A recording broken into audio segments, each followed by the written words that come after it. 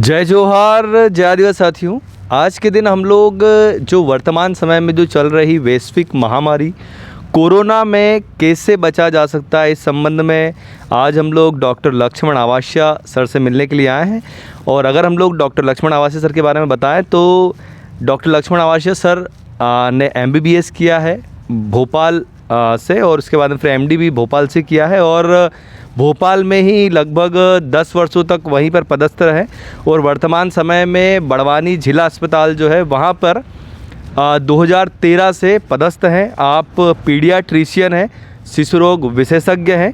और आज हमारा जो सर से चर्चा करने का जो विषय है वो यही है कि कोरोना जो महामारी वर्तमान समय में जो बन चुकी है, इससे जो हमारे जो दर्शक जो है, और हम लोग बोल सकते हैं कि हमारा पूरा समाज कैसे इस वैश्विक महामारी से बच सकता है। तो इसको लेके सबसे पहला जो हमारा प्रश्न है वो यही है कि कोरोना क्या है। कोरोना एक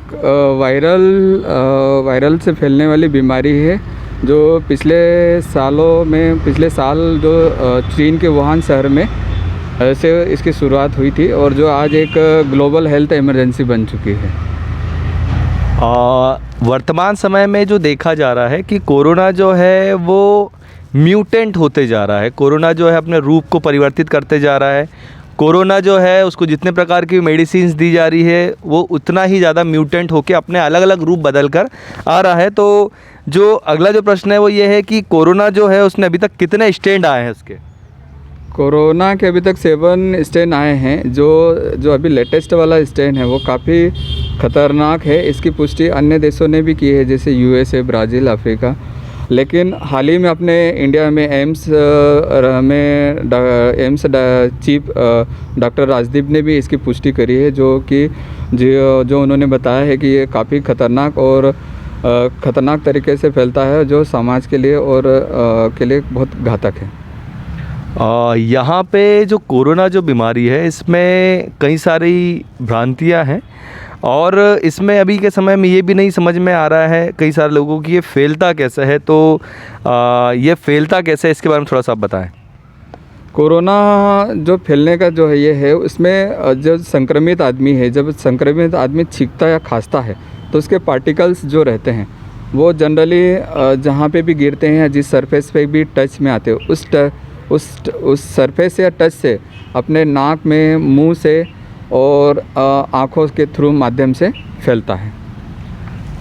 अगर हम लोग देखें तो जो कोरोना जो है वो म्यूटेंट होके आ रहा है, और इसके जो लक्षण जो है, सबसे पहले तो ये कि इसके सामान्यतः लक्षण क्या क्या हैं? सामान्य लक्षण ये वायरल की तरह ही रहता है, जैसे सर्दी, खांसी, बुखार, बॉडी एक, यही सामान्य लक्षणों के साथ वो प्रस्तुत करता है। वर्तमान समय में जो कोरोना जो है, जो वर्तमान समय में जो कोरोना आया है, जो म्यूटेंट है, क्या इसके भी यही लक्षण है या फिर कोई लक्षण में परिवर्तन किया है इन्होंने?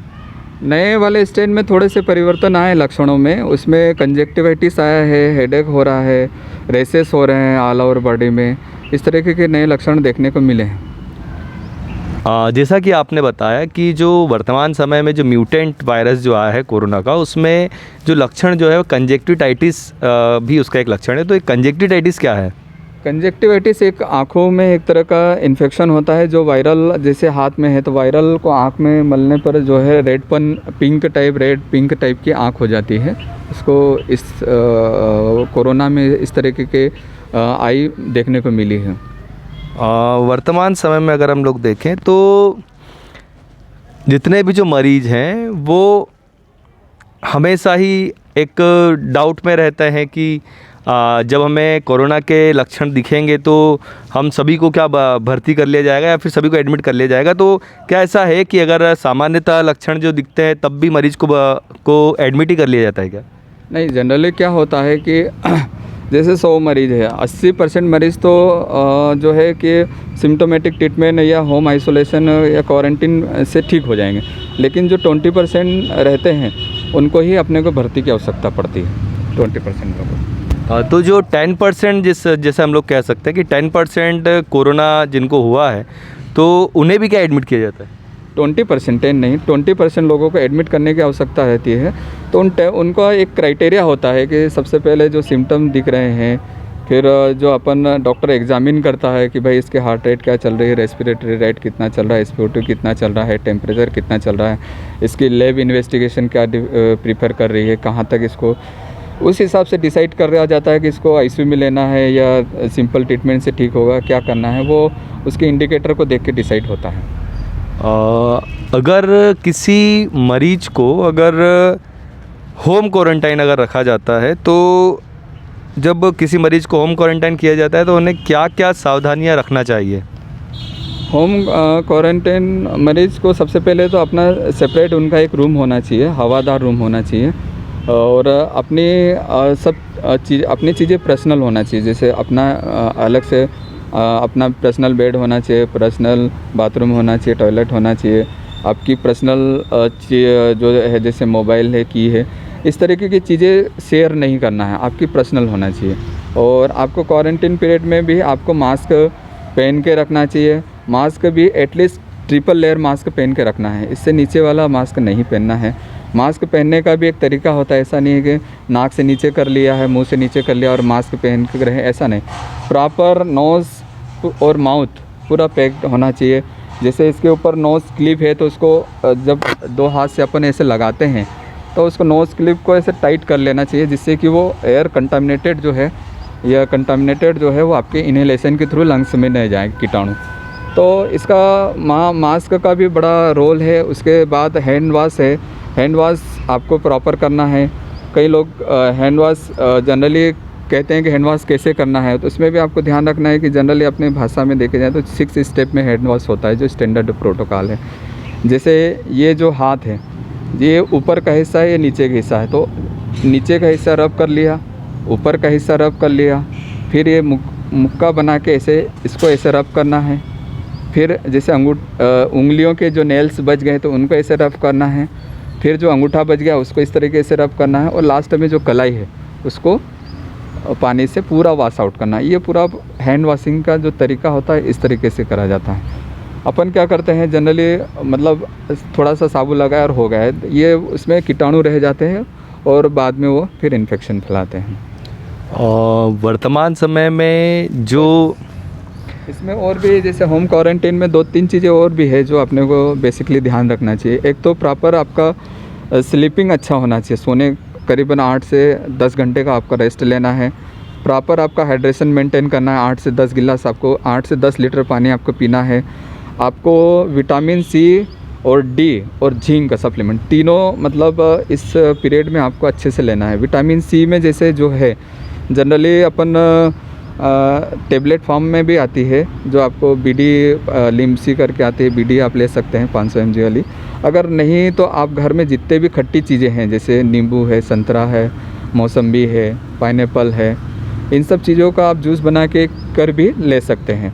विटामिन D की बात करें तो D जनरली अंडा है, दूध है, इनमें विटामिन D रहता है, तो आप उनको लेके इसको मेंटेन कर सकते हैं। झींग का जो है वो 50 mg की टेबलेट आती है, नहीं तो वो हरी सब्जियां जैसे आती है, जैसे पालक है, ग्रीन बीन्स है, इनमें ग्रीन वेजिटेबल्स में जनरली झींग होता है, तो ये आप उनसे सप्लीमेंट कंप्लीट कर सकते हैं। वर्तमान समय में जो कोरोना जो है वो सबसे ज़्यादा जो भयावह स्थिति का जो अनुमान लगाया जा रहा है वो ये लगाया जा रहा है कि अगर कोरोना अगर ग्रामीण क्षेत्रों में अगर फैलता है तो फिर वह कंट्रोल से बाहर हो जाएगा। इसी कारण से अगला जो मेरा प्रश्न है वो यह है कि इस कोरोना की महामारी में ग्रामीण क्षेत्रों में संक्रमण से कैसा बचा जाए?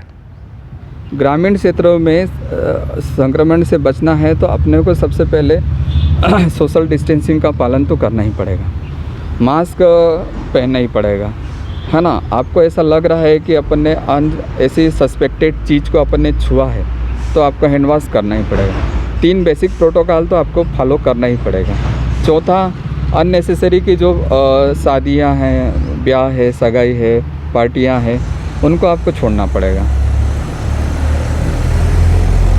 हमेशा ही जो हम लोग कहीं से निकलते हैं, किसी चौराहे से निकलते हैं, किसी सड़क से निकलते हैं, किसी मोहल्ले से निकलते हैं, तो हमको देखने को मिलते हैं कि कई सारे कपड़े के जो मास्क हैं वो वर्तमान समय में बिकने लगे हैं। तो क्या ये जो कपड़े के जो मास्क होते हैं, क्या उनसे कोरोना रुक सकता है?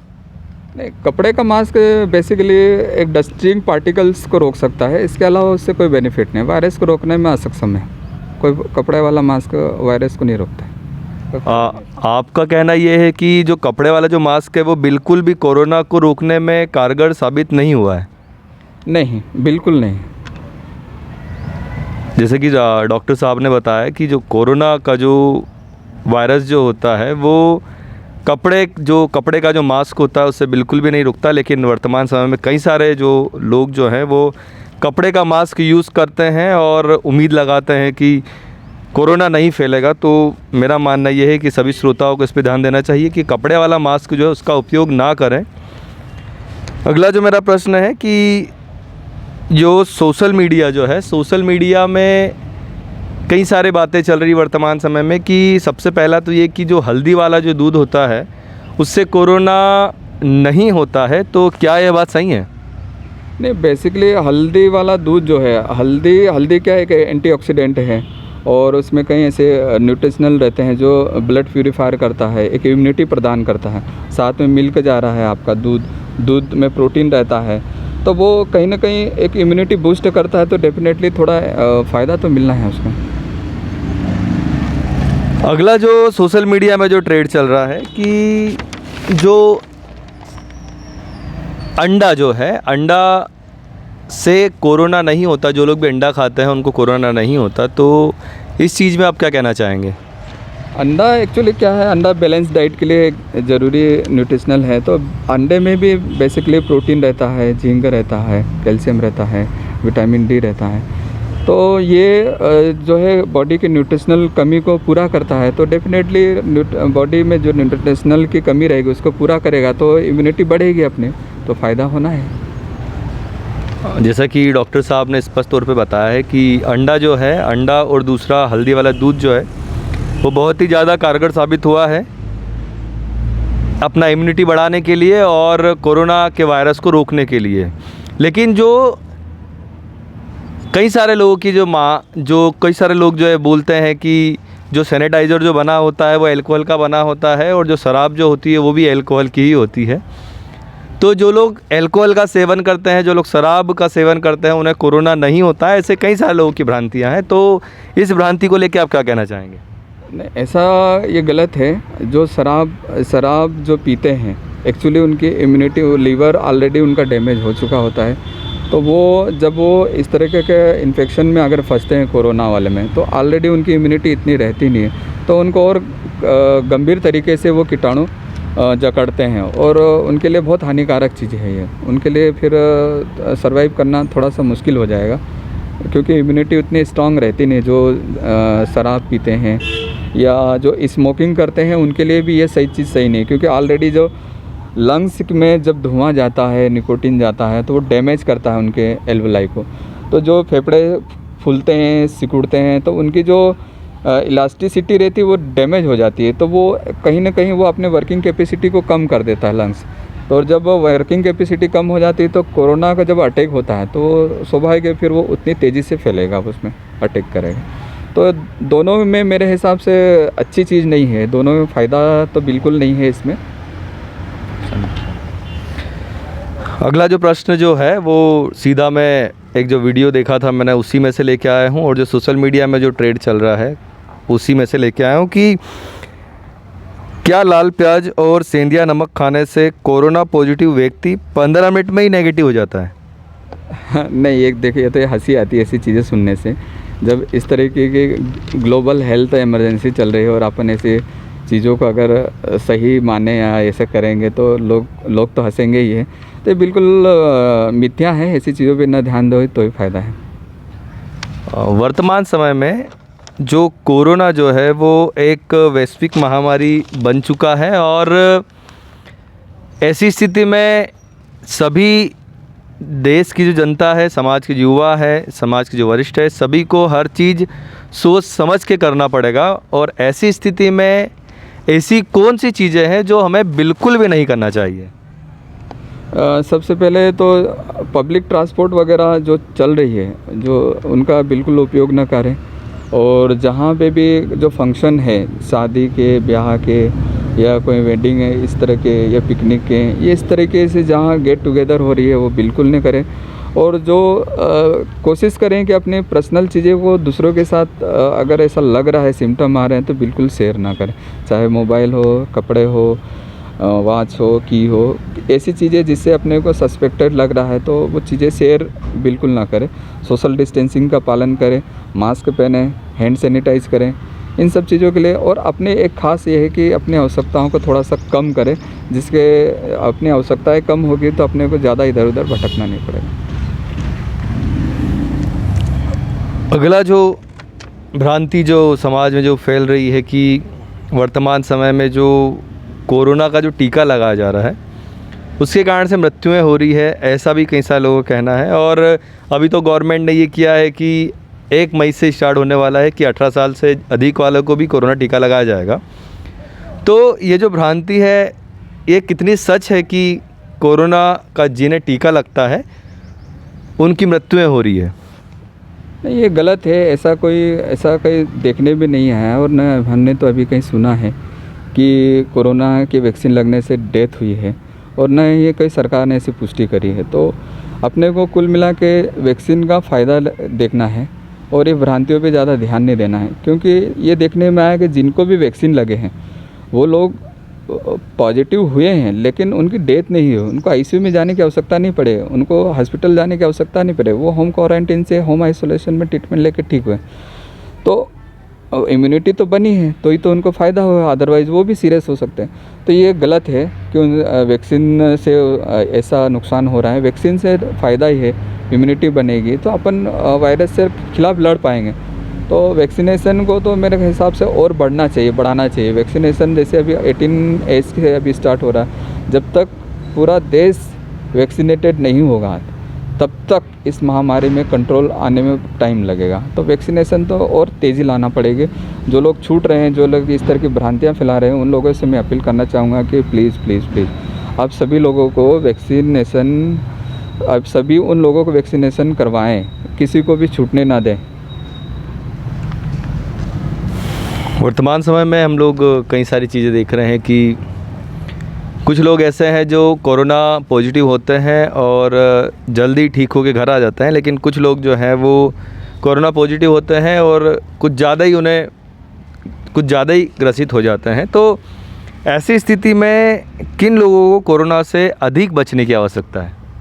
देखो, जो जिनकी इम्यूनिटी कम रहती है उन लोगों को थोड़ा ज़्यादा सेंसिटिव रहने की आवश्यकता है। जैसे कि गर्भवती महिलाएं हैं, 60 साल से जिनकी उम्र ज़्यादा है, या फिर ऐसे कोई बच्चे हैं, या फिर ऐसा घर में कोई बुजुर्ग या कोई ऐसा जो क्रोनिक कोई बीमारी से ग्रसित है, जैसे कि कैंसर है, टीबी है, डायबिटीज़ है, शुगर है, हाइपरटेंसिव है। तो उन लोगों को, सिकल सेल है, उन लोगों को बहुत केयरफुली रहना पड़ेगा, क्योंकि उन लोगों के लिए ये काफ़ी घातक कोरोना रहा है अभी तक देखने में आया।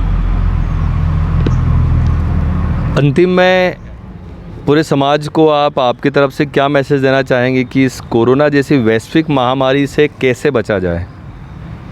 सबसे पहले तो जब तक टीका नहीं लगे तब तक आपको टीके रहना है ना, और अपने सोशल डिस्टेंसिंग का पालन करना है, मास्क पहनते रहना है ना। ज़्यादा parties, functional, wedding anniversary, wedding plan, इनमें ज़्यादा इन्वॉल्व नहीं होना है।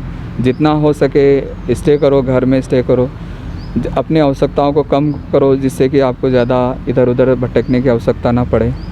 यही मेरा मैसेज है। और हाँ, लास्ट में वैक्सीनेशन आप सभी को करवाना है। धन्यवाद।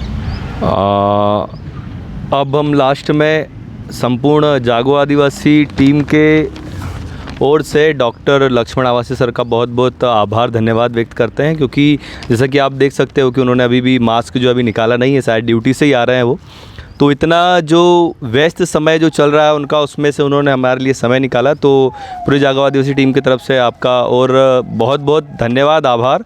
और पूरे समाज की तरफ से भी कि आपने इतनी महत्वपूर्ण जानकारियाँ समाज को बताई। अंतिम में जय जोहार, जय आदिवासी साथियों।